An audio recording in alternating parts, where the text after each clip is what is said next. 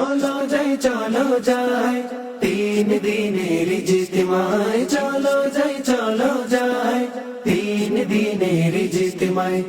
আলাল হাবিব সাল্লাল্লাহু তাআলা আলা মুহাম্মদ সাল্লাল্লাহু আলাইহি ওয়াসাল্লাম। আলহামদুলিল্লাহ, আশিকানে রাসূলদের বাংলাদেশে 3 দিনের সুন্নত বড় ইজতেমা 24, 25, 26 ডিসেম্বর 2025 সালে অনুষ্ঠিত হতে যাচ্ছে। এখন আমরা ইজতেমার মাঠে আছি।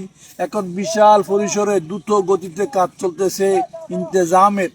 তো যেখানে আছি আমরা আমাদের ভাই বেরাত আত্মীয় স্বজনকে এই 3 দিনের ইজতেমার জন্য টিকিট বুকিং করি, সবার নাম লিস্টি আমরা বুকিং করি, সবাইকে একে অপরকে দাওয়াত দিই এবং এই সুন্নত পড়া ইজতেমায় আনার ব্যবস্থা করি। কারণ মুসলমানদের সুধারণা রয়েছে দাওয়াত ইসলামী 3 দিনের সুন্নত পড়া ইজতেমায় যে আশা নিয়ে আসে আল্লাহ তার আশা পূর্ণ করে থাকে, দোয়া কবুল করে থাকে। এবারের ইজতেমা গতবারের চাইতে অনেক অংশে বড়।